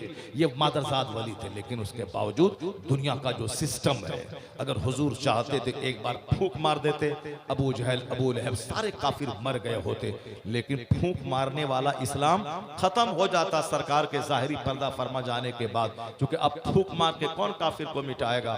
हुजूर जब तक रहते फूंक मारते इस्लाम चलता, लेकिन जब सरकार पर्दा फरमा जाते इस्लाम भी खत्म हो जाता। लेकिन इस्लाम कयामत तक का मजहब है, इसलिए हुजूर ने फूंक का सहारा नहीं लिया, हुजूर ने हिकमत का सहारा लिया, सरकार ने तदबीर का सहारा लिया। सरकार अल्लाह पर यकीन करते हुए अपना फर्ज मनसबी अदा करते हुए किस तरीके पे चले कि मेरे बाद मेरा गुलाम इस इस्लाम को लेकर कयामत तक दुनिया में नूर फैलाता रहे। इसलिए हुजूर ने सब्र का रास्ता, इस्तिकामत का रास्ता, पाकीज़ा जंग जिहाद का रास्ता, जद्दोजहद का रास्ता, भूख का रास्ता, प्यास का रास्ता, हिजरत का रास्ता, ये सारे रास्ते चुने ताकि जिन रास्तों पे मेरा गुलाम चल के इस्लाम की कश्ती को आगे बढ़ाता। यही वजह है कि आज इस्लाम जिंदा है। सरकारे दो जहां के गुलाम हुजूर के मिशन को आगे बढ़ा रहे हैं। सरकारे दो जहां के तरीके पर अमल करते हुए सब्र से, शुक्र से, जद्दोजहद से, अम्र बिल मारूफ से वक्त आ जाए तो गर्दन कटा के दीन का गुलशन आज लहलहा रहा है। इस बात को हमेशा आपको जानना होगा। सिस्टम तो गौसे आजम ने मादरजात वली होने के बावजूद आपने सिस्टम पे अमल किया। सिस्टम क्या है? आप मादरजात वली थे, लेकिन आपने कई दर्जन उलमाए कराम के दरवाजे पे जाके रात रात भर चराग में आंख जला जला कर आपने इल्म हासिल किया, किताबें पढ़ी। कहते हैं कि लगभग 40 साल तक गौसे आजम ने इल्म हासिल किया। 2-4 साल 5 साल का अचानक मौलवी नहीं, जबरदस्त आप आलिम बने, एक लंबे पीरियड तक इल्म हासिल करते रहे, इल्म हासिल करते रहे। अब हाफिज, कारी, आलिम, मुफ्ती सब बन गए। अब तो मादरजात जब वली हैं तो फिर जंगलों में जाके पत्ते खाने की क्या जरूरत थी? वहां दरख्त के सब्जी गिरी पड़ी खा करके जिंदा रह के इबादत की क्या जरूरत थी? यहाँ अचानक मौलवी बने, अचानक कूद के मस्जिद में आ गए। उसके बाद लड़ाई झगड़ा दंगा फसाद सब करने लगे। न किसी साहिबे दिल इंसान की सोहबत में रहे, न तजर्बा हासिल किया। ट्रेनिंग स्कूल में भी अचानक कोई मास्टर नहीं बनता है। स्कूल में पहले कहा ट्रेनिंग स्कूल में जाना है, वहां 6 महीने तक ट्रेनिंग लेनी है। आईएएस ऑफिसर बनना ये बहुत बड़ा कमाल है, करोड़ों बच्चे नहीं बन पाते। आईएएस ऑफिसर बनते हैं जो 18 घंटे दिमाग जला के पढ़ते हैं, मगर वो जब एग्जाम पास कर लेते हैं, पहले पीटी पास करते हैं, मेंस पास करते हैं, ओरल वाइवा पास करते हैं। जब पास करें तो अब तो वो डीएम बन जाए, जाके डिस्ट्रिक्ट डीएम बन जाए। नहीं, चाहे 1000 वो करीब बच्चा हो, चाहे वो 1000 आईएएस में टॉप किया हो, डीएम फौरी नहीं बनाया जाता है, बल्कि 6 महीने की ट्रेनिंग में उसको भेज दिया जाता है। तो आईएएस ऑफिसर भी ट्रेनिंग में जाए, डीएम बनने वाला ट्रेनिंग में जाए, स्कूल कॉलेज का एमए करने वाला मास्टर जाके ट्रेनिंग करे। और हमारे मदरसे में कोई सिस्टम नहीं है। आज पगड़ी बांधते हैं और कल से जाके इमामत करने लगे, चले जाए मेहराब और मेंबर पे जाके लड़ाई झगड़ा करके और मार खा करके फिर वहां मस्जिद से बाहर निकल जाए। जरूरत है ट्रेनिंग की, सब्र की ट्रेनिंग, इस्तिकामत की ट्रेनिंग, लोगों की बाअज़ियतों पे सब्र की ट्रेनिंग। बस हुजूर को सिर्फ पढ़ लें, सरकार की सीरत पढ़ लें, सारा नूर वहां से मिल जाएगा। हुजूर को खून से लहूलुहान कर दिया लोगों ने। फरिश्ता हाजिर है, आप इजाजत दें तो दोनों पहाड़ को मिला दूं ताकि ये पिस जाए। मगर मुस्तफा कहते नहीं, मैं पिसने नहीं आया हूं, मैं इनके लिए दुआएं हिदायत करने के लिए आया हूं। क्या बात है, सरकार की जिंदगी को क्यों कुरान शरीफ में दर्जनों जगहों पे कहा गया है, हुजूर की जिंदगी में तेरे लिए नमूना, तेरे लिए नमूना है, तेरे लिए आइडियल है। यहाँ इश्क इश्क है। एक बंदा का सीना पकड़ के कहिए, क्या तुमने हुजूर की सीरत की कौन कौन सी किताब पढ़ी है? बस आए बाएं शाये करने लगे। सरकार की सीरत का मुताला नहीं, बस मोबाइल देख देख करके दो चार किताब पढ़ पढ़ करके बस चिल्ला चिल्ला के बयान करना शुरू कर दिया। चिल्लाने लगे, सीना फाड़ने लगे। खतीब आज़म के 2 टका कमाने के लिए लालायित और बेचैन हो गए। और जिस नबी की मोहब्बत का दम भरता है, उस नबी की सीरत की एक किताब नहीं पढ़ी उसने, जो एक मामूली सिर्फ 100 पेज पे मुश्तमिल सरकार की किताब है, उसको नहीं पढ़ा। खाली सुनी सुनाई बातें बोलना, फर्जी कहानी बोलना, किस्सा कहानी बोलना, टाइम पास करना और टाका लेना और चला जाना। मैंने सिर्फ एक झलक बता दी है कि हुजूर की जिंदगी का पढ़ना कितना जरूरी है। सरकार की जिंदगी से हर कदम पे नूर मिलता है, रोशनी मिलती है। नहीं किसी को नहीं पढ़े, सिर्फ हुजूर को पढ़ ले, समझ लें कि वो सब कुछ पढ़ लिया। वरना अगर वो शेक्सपियर पढ़े, गांधी पढ़े, नेहरू पढ़े, अंबेडकर पढ़े, आइंस्टाइन को पढ़े, न्यूटन को पढ़े, वो सारी दुनिया को पढ़े, कुछ नहीं पढ़ा है। क्योंकि परफेक्ट मैन जो हर एतबार से इंसान कामिल हो, वह मुस्तफा जाने रहमत की जिंदगी है। उसके अलावा कोई शख्स ऐसा नहीं कि जो एक परफेक्ट मैन कहलाए। जब परफेक्ट मैन को आदमी पढ़ लेगा तो फिर क्या रह जाएगा उसके नजदीक। अकाली सलाम की जिंदगी से सरकार गौसे आज़म ने नूर हासिल किया। आलिम, हाफिज, कारी, मुफ्ती सब बने। अब जंगल चले गए। 25 साल तक वहां आपने इबादत, रियाजत, मुजाहिदा की, नफ्स को कुचला। क्योंकि एक बड़ी जंग लड़नी है गौसे आज़म को। जितनी आसानी से हम लोग 12 साल की कश्ती निकाल दिया, ऐसा कर दिया, वैसा कर दिया, मरी हुई मुर्गी को जिंदा कर दिया, ये जो कहानी बयान करते हैं, ये कहानी बयान करते हैं, ऐसा नहीं वो गौसे आजम के सामने वो खेल तमाशा था। गौसे आजम 25 साल तक दरख्त के पत्ते को खाया। हमने अपनी जिंदगी में एक पत्ता नहीं चबाया है। हमने अपनी जिंदगी में एक दिन भूखा नहीं रहे। 40 दिन सरकार गौसे आजम तालीम हासिल करने के जमाने में भूखे थे, नहीं कुछ मिल रहा था। गौसे आजम हालत इस्तरार में जब जंगल की तरफ गए, देखा 70 वली वहां बेचैन हैं, वो सब के सब भूखे हैं। जब गौसे आजम की मां का दिया हुआ तोहफा एक शख्स वो कई दिन से तलाश कर रहा था, अब्दुल कादिर जिलानी को, जब नहीं मिला तो मस्जिद में बैठकर उसका अपना तोशा खत्म हो गया। तो अब्दुल कादिर जिलानी की मां का दिया हुआ तोहफा बेटे के लिए, उसी से रोटी खरीद के बाजार से ला के वो आदमी जो ढूंढ रहा था गौसे पाक को, वो बैठ के खाने लगा। गौसे आजम मस्जिद के कोने में थे। उनके दिल में ख्याल आ रहा था कि काश ये हमको कह दे कि मेरे खाने में शरीक हो जा, क्योंकि बहुत दिनों से खाना नहीं खाए थे। जंगल की तरफ गए, जाके कुछ मिले, वहां 70 वली को भूखा देखा। फिर वापस आके मस्जिद में बस बैठ सोए हैं, मौत का इंतजार जैसे कर रहे हो। वो बंदा खा रहा था। दिल में ख्याल आया, उस बंदे ने इशारा करके आ जाओ नौजवान मेरे साथ मिलकर खाओ। जब गए तब उन्होंने फिर कहानी शुरू कर दी। वो जो खाना लाया था खा रहा था कि अब्दुल कादिर नाम का एक लड़का है जिलान का, जो बगदाद में पढ़ता है। उनकी माँ ने उसके लिए एक तोशा भेजा था। मेरा अपना तोशा खत्म हो गया, उनको तलाश करते करते वो नहीं मिला। आज मैं हालत इस्तरार बेचैनी में उन्हीं का दिया हुआ तोहफा मैंने बाजार से रोटी खरीद के मैं ला के खा रहा। क्या बात है, सारे वलियों के सरदार को अल्लाह ने इस हालत में वो रोटी दी है। वो तो गए थे कि ये हमको खिलाएगा, अब जो लाया था वो क्या खिलाएगा। पता चला कि अब्दुल कादिर जिलानी मेहमान है, मेजबान है, और वो शख्स मेहमान है।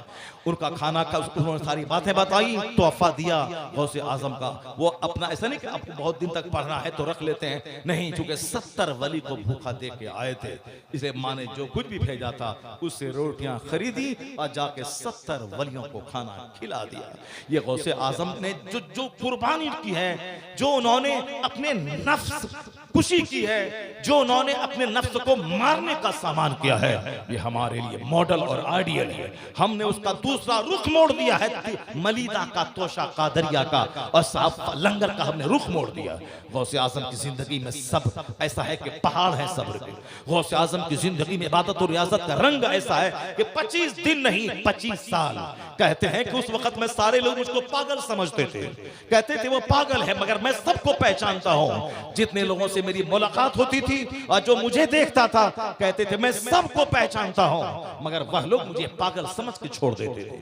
क्योंकि एक बड़ी जंग लड़नी है, बगदाद अखाड़ा बन चुका था मौलवियों की लड़ाई का। उसी का एक असर आज आप देख सकते हैं, जब आदमी के पास ज़ाहिरी इल्म रहता है वो अखाड़ा बन जाता है, मोच माच का जरिया बन जाता है। 800 साल पहले बगदाद में मदरसा मिट चुका था, सब मोच माच की लड़ाई में लगे हुए थे, सदारत की कुर्सी की जंग में लगे। मैं बड़ा मौलाना हूं, बादशाह के बाजू में मेरी कुर्सी लगेगी, मेरी इज्जत होगी। वो तो मौलाना बेकार है, वो हमारे मुकाबले में न पढ़ा सकता है न लिख सकता है। दूसरों को जलील करना, दूसरों की इज्जतों से चिढ़ना, सदारत की कुर्सी के लिए मरना, यही हाल लोगों का हो चुका था। खानकाहों में पीरी मुरीदी के नाम पे मुरीदों का माल लूटना और खा खा के साथ सोना और तुम ऊंचा करना, ये हाल खानका का था। बादशाहों के दरबार में कई कई सौ लौंडियां नाचने वाली और शराब के जाम खनकते थे। ऐसा लूटा हुआ बगदाद, मदरसा तबाह, मस्जिद का निजाम तबाह, बादशाहों का घर तबाह, वज़रा के घर तबाह, यानी सारा सिस्टम चौपट हो चुका था। हुजूर ने कहा था कभी कि 5वीं सदी हिजरी में इस्लाम पे एक चक्की चलेगी, अगर उस आफत से इस्लाम बच गया तो कुछ दिनों के लिए इसको करार मिल जाएगा। ये वही चक्की थी जो बगदाद में चल रही थी। सरकार गौसे आजम को उससे लड़ाई करना था, बादशाहों के घर में तहज्जुद दाखिल करना था और इन पीरों को दिल में अल्लाह का डर घुसाना था, इन मौलवियों के दिलों में खुलूस और लिल्लाहियत दाखिल करना था। बगदाद की मस्जिदों को आबाद करना, मदरसों को आबाद करना, खानकाहों को आबाद करना, उम्मत मुस्लिमा पे रहम करना, इतनी बड़ी जिम्मेदारी थी। तो बड़ा काम फूंकने से नहीं होता है। ये 25-40 साल आपने जो इल्म हासिल किया था, ताकि गौसे आजम के इल्म के सामने कोई मौलवी खड़ा होकर आंख नहीं दिखला सके कि तेरी जबान गलत है, तेरी तकरीर गलत है और तुम्हारा इल्म छोटा है। नहीं, गौसे आजम ने इतना इल्म हासिल किया कि अपने जमाने का सबसे बड़ा आलिम कि कोई मौलवी इल्मी धौंस दिखा के गौसे आजम की तहरीक को कमजोर नहीं कर सके। इसलिए गौसे आजम सबसे बड़े आलिम बने। अब उनको मदरसा जिंदा करना था, फजर से लेके सुहर तक बच्चों को पढ़ाते रहे, मस्जिद में जुमा का खिताब करते रहे।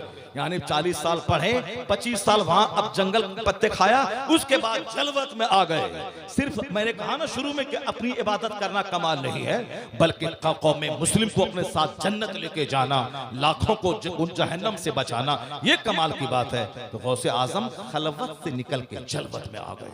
मस्जिद में जुमा के खिताब से मुर्दों को जिंदगी मिलने लगी, मदरसे में आप पढ़ाने लगे, दुनिया भर के बच्चे अब मदरसे की तालीम की तरफ मुतवज्जे हो गए। खानकाहों में अल्लाह का डर डाला, अब पीराने कबार अल्लाह वाले बनते चले गए। बादशाहों को हैबत दिखलाई रूहानी ताकत की। 40 साल इल्म हासिल किया और वहां जो रूहानी ताकत मिली 25 साल पत्ता खा के, अब उसको दिखा के इनके दिल में अल्लाह का डर बिठाना। बादशाह वक्त ने सोने चांदी की पोटली भेजी, आपने कहा मैं नहीं लूंगा, कहा लेना होगा, कहा नहीं लूंगा, और उसके बाद जब नहीं माना तो पोटली को निचोड़ा, सोने चांदी से खून बहने लगा और कहा अगर शरीयत की लगाम नहीं होती मैं इस खून को वहां तक छोड़ देता जिसका तुम पसीना, जिसके खून पसीने की कमाई को तुमने नाजायज तौर पर लूट के मेरे पास तोहफे की शक्ल में भेजा है, ये खून उनके घर तक मैं पहुंचा देता। शरीयत की लगाम मेरी जबान पे है। सरकार गौसे आज़म रज़ी अल्लाह तआला अन्हु का कि जब ये करामत देखी, बादशाह मबहूत मुतहय्यर रह गया। ये एक तरफ करामत दिखाना था, 100 मौलवी चिढ़ जलने के बाद भूलकर कबाब हो गया। बादशाह की जबान पे इनका खुतबा, बड़े बड़े वज़रा इनके मुरीद हो गए, सारी दुनिया से लोग आ रहे पढ़ रहे हैं, हर तरफ अब्दुल कादिर का चर्चा है। हम जैसे मौलवी को कोई नहीं पूछता। हसद की वजह से चलकर एक नापाक प्लान बनाया। 100 मौलवी ने 100 सवाल छाटा, चलो उनकी महफिल में जाएंगे, सवाल करेंगे, अगर वह जवाब देने में नाकाम रहे तो बादशाह की निगाहों में उसको गिरा देंगे। बस जलील करने के इरादे से, बादशाह की नजर में गिराने के नजरिए से वो आ गया था। गौसे आजम अंदर से बाहर निकले, सारे मौलवी पे एक नजर डाली। ये हम जैसे सूखे मौलवी से काम न होगा जो 25 साल रियासत मुजाहिदा दर्द का पत्ता खाया था, उसी का असर था, चूंकि दीन को जिंदा करना था।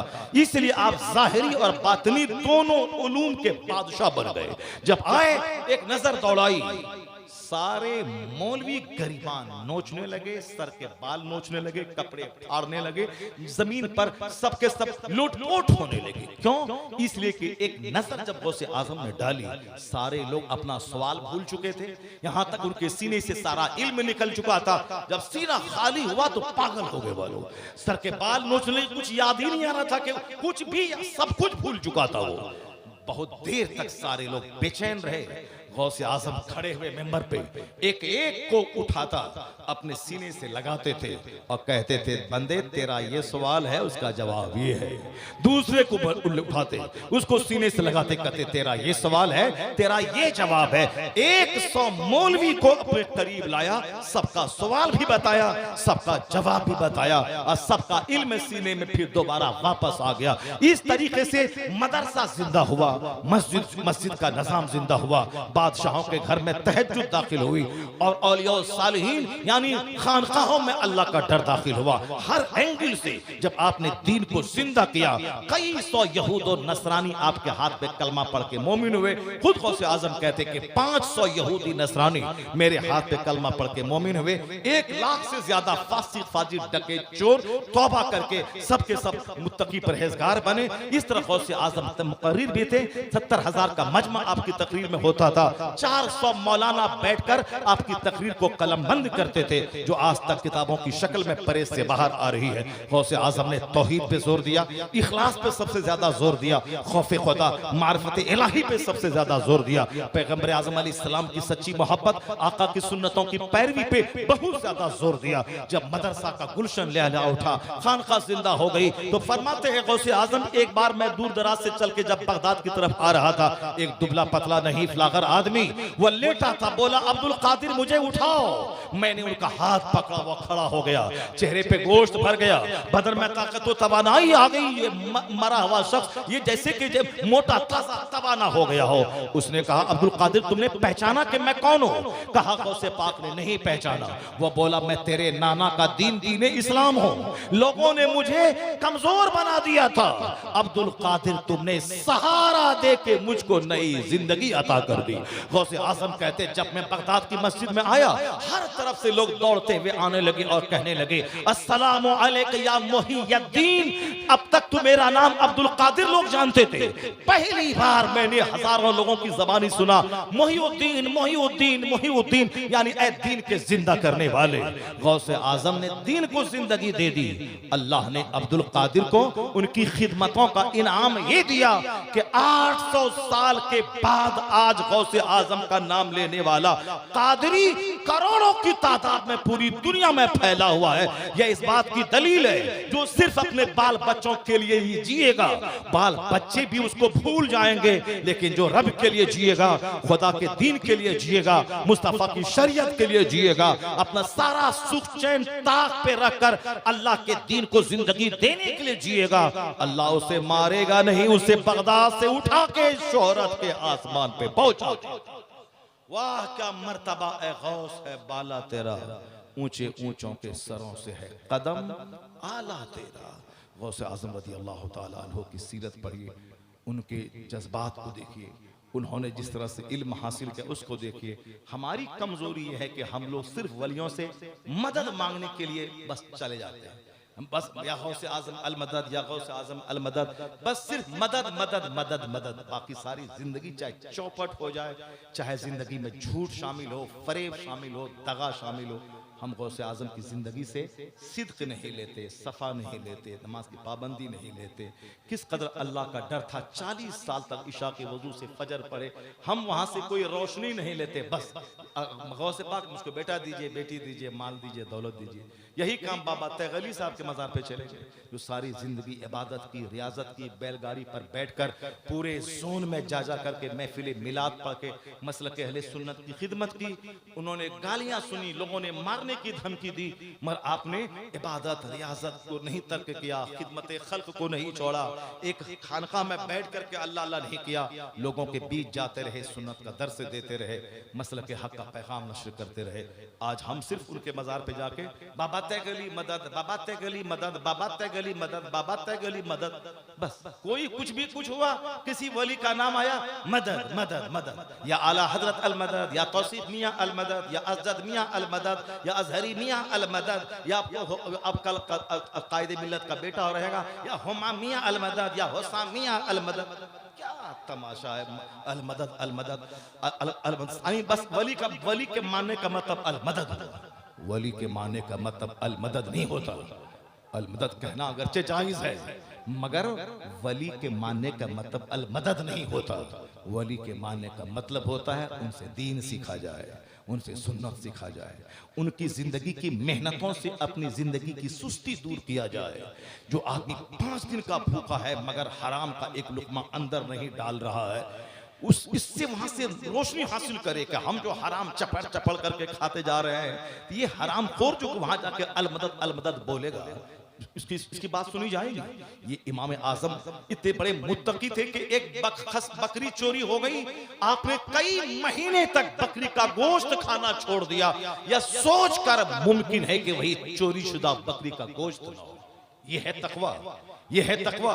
एक आदमी आपका कर्ज लिया था, आप जब उसके यहाँ कभी उसकी दीवार के साए में खड़े नहीं रहते थे, जनाजे में गए, जबरदस्त धूप थी, लोगों ने कहा हुजूर इस दीवार के साए में तो आ जाइए, मगर इमाम आज़म ने कहा नहीं, ये शख्स मेरा मकरूज है, और अगर मैं इसकी दीवार से फायदा हासिल करूंगा तो कर्ज दे के फायदा हासिल करना, इसी को तो सूद कहते हैं, इसलिए उसके दीवार के साए से आप फायदा नहीं उठाते थे। बस अल मदद अल मदद अल मदद अल मदद अल मदद अल मदद अल मदद, मदद की मदद का मतलब ये होता है उसने जिस तरह दीन बचाया है, उस तरह जिसने इबादत की है, उस तरह जिसने हक पर मजबूती से जमे हैं, वहाँ से नूर लेना है। अल्लाह तबारक व तआला हम सबों को औलिया और सालिहीन की ज़िंदगी से नूर हासिल करने की तौफीक अता फरमाए, औलिया और सालिहीन की ज़िंदगी के दर्द की तालीमात पर अमल करने की तौफीक अता फरमाए। आमीन व आखिर दाअवाना अनिल हम्दुलिल्लाहि रब्बिल आलमीन। अस्सलामु अलैकुम व रहमतुल्लाह।